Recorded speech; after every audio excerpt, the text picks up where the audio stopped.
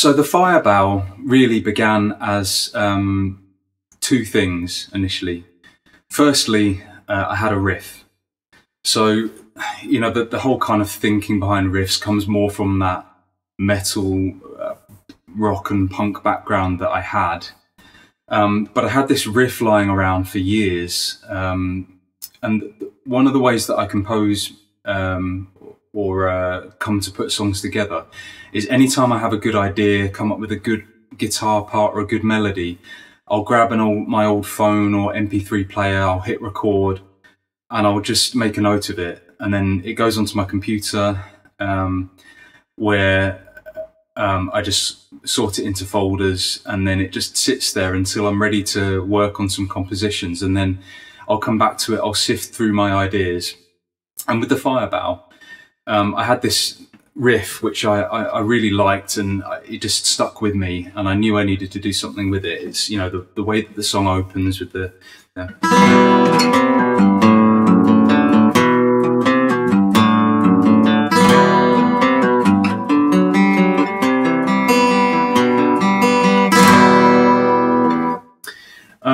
and yeah, I guess the unique thing about that riff, as you hear it there, is the way that it begins on an upstroke,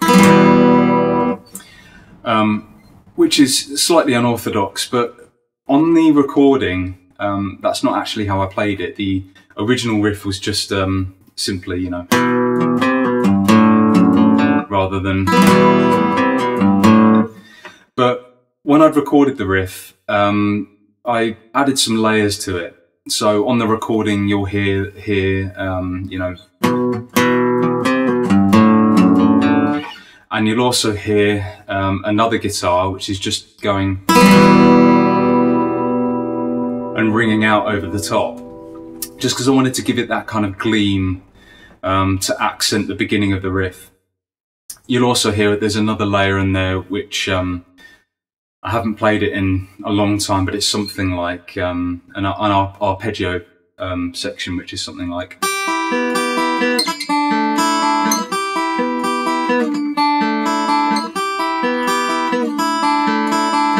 Something like that. But anyway, when it came to performing the song live, because there were fewer guitars available to transpose the recorded parts onto, that's when we started playing the riff with the downstroke as part of the riff. And particularly when I came to do the solo tour earlier this year, in February and March, because it was just me on stage with a guitar, a voice, and a backing track with some vocal harmonies and some synth. I had to condense guitar parts down as much as possible. So yeah, the way that that's played now is just. So I had that opening riff. The other thing that I had was this melody that I'd come up with, and I think it's something that I'd come up with whilst out walking my dog or something like that. I seem to remember walking across a farmer's field while this melody came to my head. This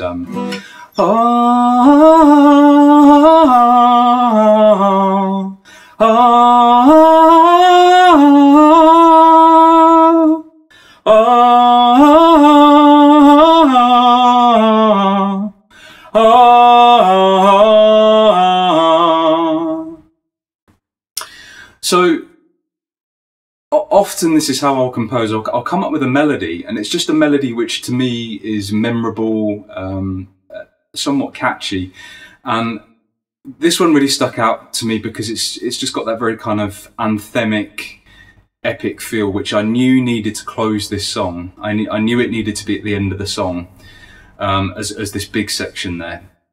So I came home with that melody, and then it was a case of, how do I put chords to that? And you know, so it's, you know, it's like, quite obviously it's in the key of E minor. So it begins quite simply, just going back and forth between E minor and B minor. So the first part, or the first kind of repetition of that melody, it seemed quite obvious to do a kind of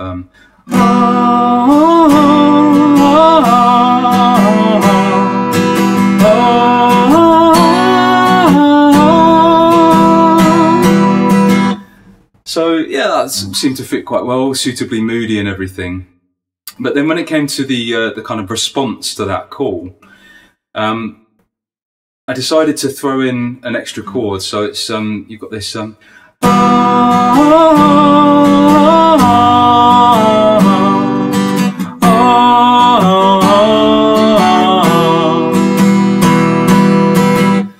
so yeah, you've got this progression where on the first time round you've just got the two chords, E minor, B minor, but then the second time round I'm throwing in a G major and a D major as well, just to give it a kind of unexpected lift. So the notes are the melody is doing the same thing, but through throwing those extra chords in there, it just lifts it in different places and makes it less, or should I say, more linear. And this is something I do quite a lot. It's quite important to me that a song has dynamics, that it flows, that it's a journey.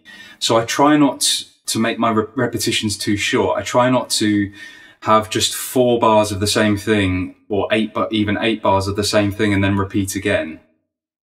So to make each repetition different, I like to throw in, even if it's just a passing chord, you know,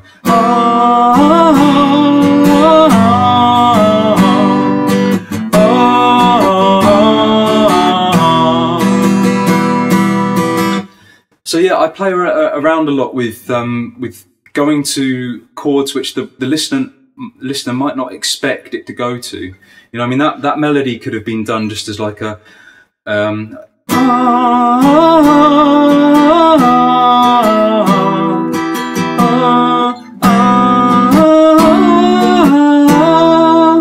know, something like that, like a E minor to C major, D major, very obvious chord sequence which gets used a lot. But in an effort to try and make my music more unique, I throw in unexpected chords, you know, going from E minor to B minor, and then with the repetition something different. So that's a way that I approach my chord progression. So anyway, I knew I needed to get from the riff at the beginning to that big end section. So yeah, after the riff at the beginning, it breaks down to the quiet section and the vocals come in.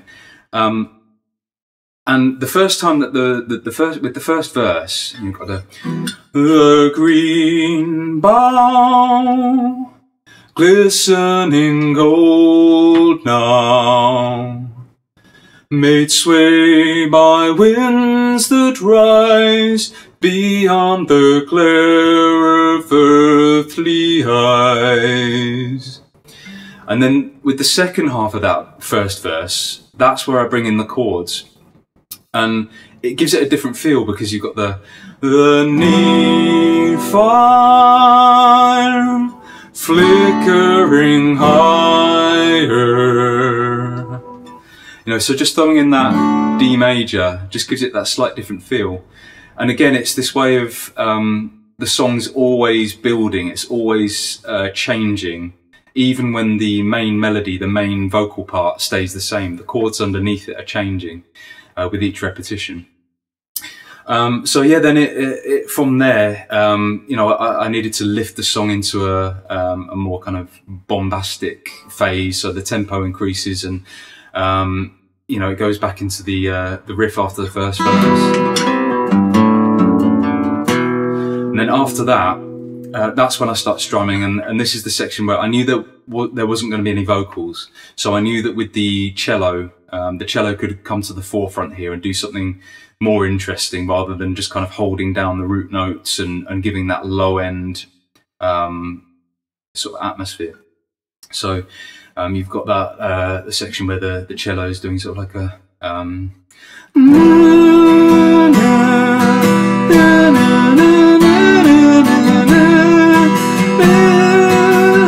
that's it.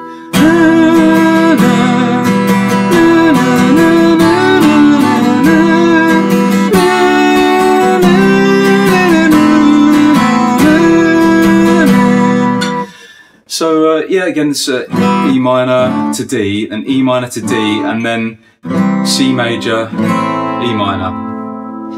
And then after that, the goes into the second verse at kind of full volume. You know, the wise song foretelling deeds done, with words of wit to know tidings as true as should show. And at this point, I wanted to kind of bridge to the next section. So rather than repeating that same chord sequence again, I moved from the E minor to the G. So that's quite a common theme with this song. When you have the two counterpart chords, you know, E minor, G, the same notes and the same melodies work over both those chords. And I'm sure someone who's well versed in musical theory would know, you know, the correct term for that pair of chords in a minor scale. But it's the same with A minor and C. You know, essentially the same chord, but in my mind, it's like the sad version and the happy version. So if I want to lift or change a repetition, then I'll often switch between them. So in the second half of the second verse, you know, it goes from the E minor root, and he would know the rhyme and read on a fool, and he would hear till that's already near, and he would fight never to cow or to hide. We bring to mind the Fyre-Bough.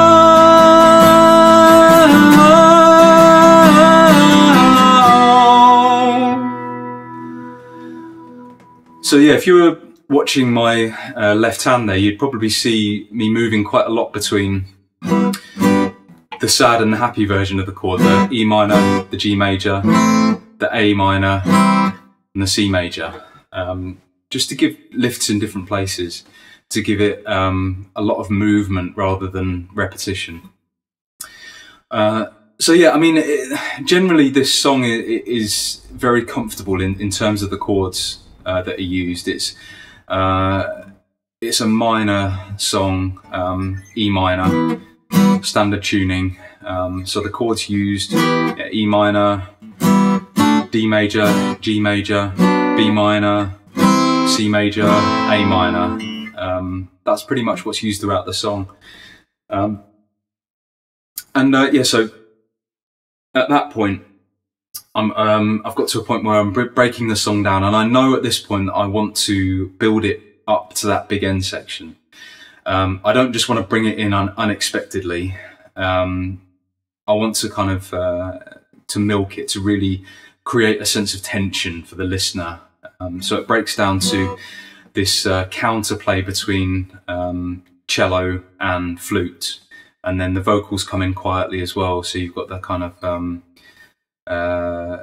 you know, the back and forth with the guitars just backing it up, and it's nice and quiet. The vocals come in quietly, and then when it comes in loud for the end section, rather than coming in with the main melody that it's been hinting at, rather than coming in straight with that, I wanted to tease the listener. So instead of coming in with that, it comes back in with the section that we've heard earlier in the song, where the vocals drop out and the cello takes over. So the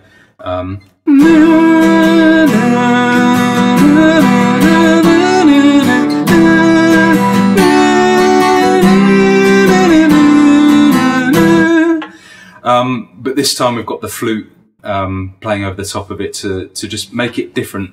Again, because I don't like, when I'm doing something for a second time, whether it be the second verse or the third verse, I don't like it to be the exact same every time. I either need to throw in a different chord in there, a passing chord, or a key change, or an extra instrument or something like that. So after that section, that's where it breaks out into that end section. So you've got the main melody, the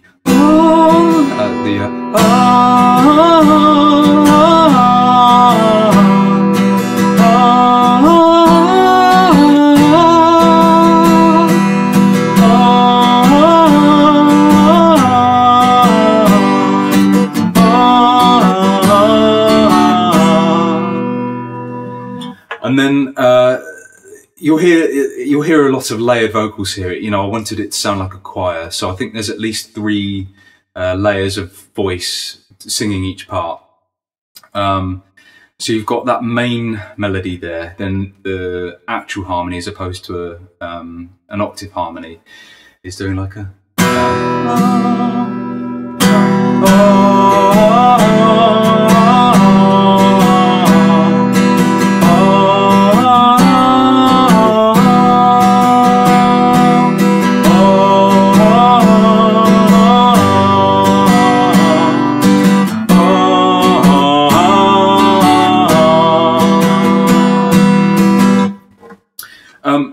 now with me, harmonies are something that come very naturally. When I hear a main melody, I quite often instantly hear the harmony and I can hum it straight away. And if I remember rightly, that was the case here. You know, I'd written the main melody, the harmony came very naturally. I don't know if that's something that most people are able to do, but it certainly comes easily to me. Not everything does, but that does. So I'm grateful for it. And anything that comes naturally to you, you should be grateful for, I think. So yeah, we've got that main harmony, and then there's a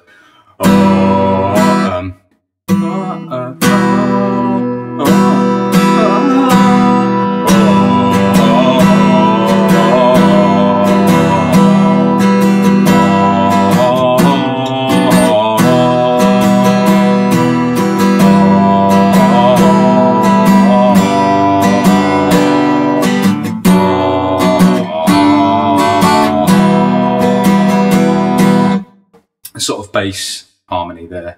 So it took me a moment to remember it there. It's been a while since I sang those harmonies. So if I was listening along to the main melody, I'd be able to pick it out easily. But when you're singing it on its own, it sounds strange as a kind of isolated melody. So yeah, all 3 of those put together, and you've got that choral end section which repeats several times. My camera only records for 20 minutes, so I've just had to start that up again. I didn't realise this would go on for more than 20 minutes. So anyway, I'll pick up where I left off. The repetitions of the end choral section there. It doesn't repeat exactly. Each sequence through of the chord sequence doesn't repeat exactly the same. For example, on the first time through, it ends like this. It's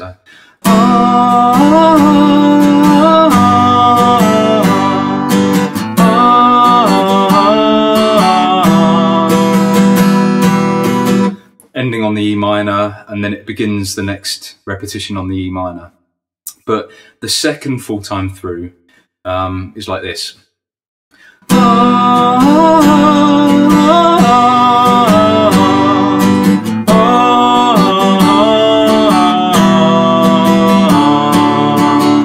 So it's moving to the D major there to finish, with the melody moving down a step in all layers of the harmony. It's just something I like to do to keep it as non-repetitive as possible, so that there's only a precise repetition every, say, 16 or 32 bars, as opposed to every 4 or 8 bars. I just think with the kind of music that I make with Wolcensmen, you know, it's not black metal, it's not heavy metal, it's not punk, it's not as hard hitting, it's not as exciting, and it's not meant to be. But still think you need to find ways to keep the listener's attention so that it doesn't just subconsciously appear to be very monotonous. So these are the kind of tricks that I like to use, you know, throwing in different chords with each repetition, different dynamics with each verse, different endings to each sequence of a repetition. And I think it gives the song more lifespan as well. So, you know, I feel like you can listen to a song more before getting bored, or an album more without getting bored, if there are these subtle little changes which you might not notice the first time, but you pick up on them you know, after a few listens. Yeah, no effort is spared. I mean, when I write songs, I really try and hone them. You know, so I mean, that's the song there, and then I'll demo that with the guitars to a tempo, and then I'll go back and I know what I'm doing vocally. I know what the melodies are going to be throughout the song, and then I'll build it up with the other instruments. You know, then I'll go and I'll use MIDI to add in the cello. I'm sorry if that destroys any kind of mystique for anyone, but I do use those kind of modern digital tools to build up a song, because the guitar is the only instrument that I really learnt to play well. And I certainly don't have a cello lying around. So these things get added in, and it's easier and quicker for me to do that by MIDI, and I can focus on just being creative with the notes that I'm using and how they work in the song, rather than worrying about the production and the performance and everything like that. Of course, once I've written a MIDI track that I'm happy with, a cello MIDI track that I'm happy with, then it goes to, in the case of this album, to Raphael Weinroth-Brown in Canada, who recorded the cello parts beautifully. Elsewhere I work with Joe Quayle. So yeah, that gets added. I had, with this song, you know, I heard the kind of those kind of those sort of epic dynamics that a flute could bring to it, the kind of rousing nature of putting a flute in there. But it's also able to give that kind of somber feel for the quiet section before the big epic section at the end. So my good friend Jake Rogers kindly recorded the flute for that, and he threw in some of his own harmonies, so it was kind of collaborative in how we composed the flute parts for that. I'll move on with the percussion.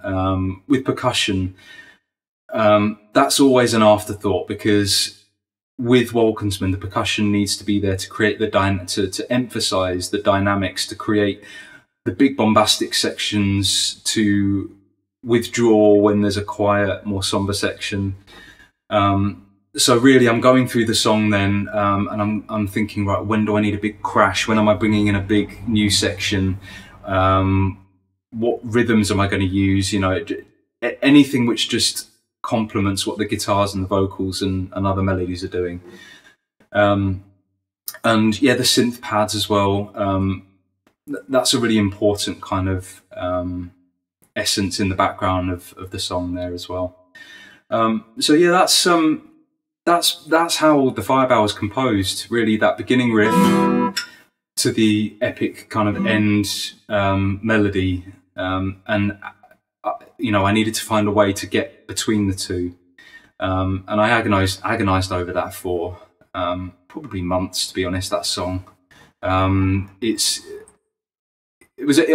it was a pretty big song, and there's a reason that it's been played live in every set, and that it's the first kind of big song on Songs from the Fergan. Yeah, I'm pretty proud of that song, and I hope that this has given you some insight into how I musically approach that, and just generally how I approach writing songs. It's my kind of trick, I suppose, is finding less obvious chords to go to, which just really enhance the mood of each run of notes or each melody that I've composed in my head, rather than using obvious chords which might you know, there might be a chord sequence which comes to me before any others, but then I think, well, yeah, I could. That's obvious. That's an easy kind of familiar, comfortable choice. But if I use this chord instead, then it gives it a different feel. It makes it more unique. It makes it more specifically Wolcensmen. So that's something I'd encourage people to experiment with. You know, just learn a number of the kind of main chords. You know, I don't use any kind of like major seventh chords or anything like that, because what interests me is the interplay between the kind of melodic hook and the chords, rather than the nuances within the chords themselves. And I've not yet found a melody really that wasn't well served by a fairly standard chord.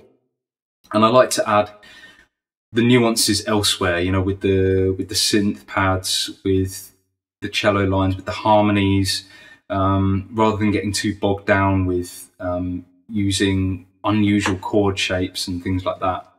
And often when the melody and the chord come together, the two together create a strange chord.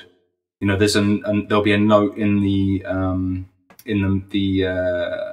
melody, or the harmony to the melody, which almost clashes with the chord, but actually gives it an interesting kind of feel. You know, I'll quite often end up with with that devil's chord kind of, but in the context of it can sound quite melodic when it's in the right place with the right melody over the top. So yeah, the only thing to really talk about now is the lyrics. The lyrics come afterwards. I always write the melody first, and then the lyrics need to fit that, because to me, the melody is the most important thing. The vocal melody is the most important thing in a song.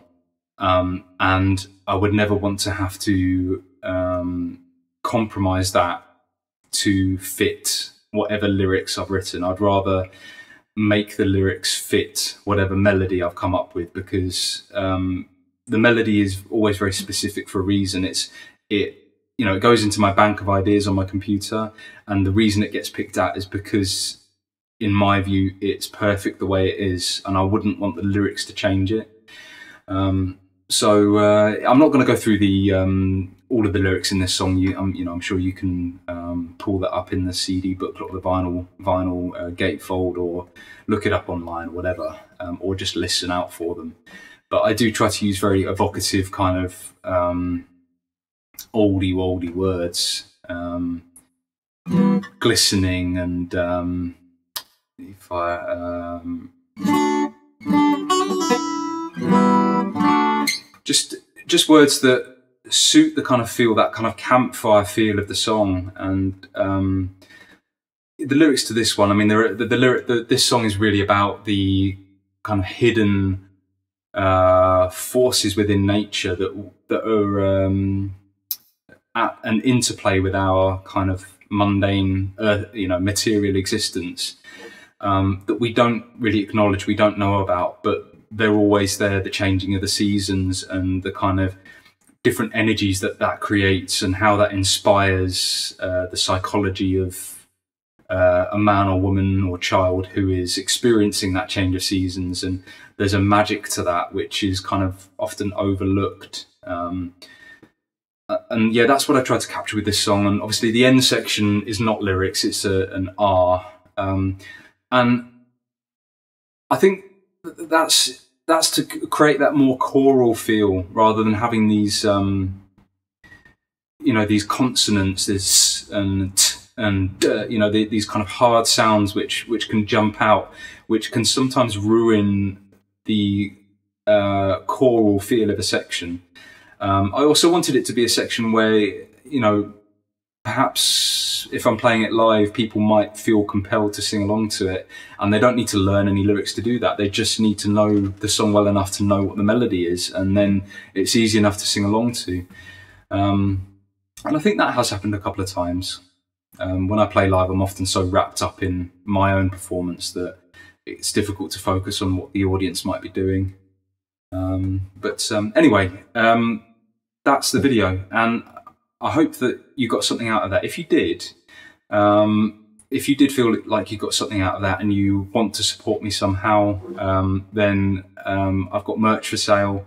I'll put a link in the description to this video if you want to go check that out and see if there's anything you might like. Or if you just feel like offering a small donation, I'll put the PayPal address in the description as well.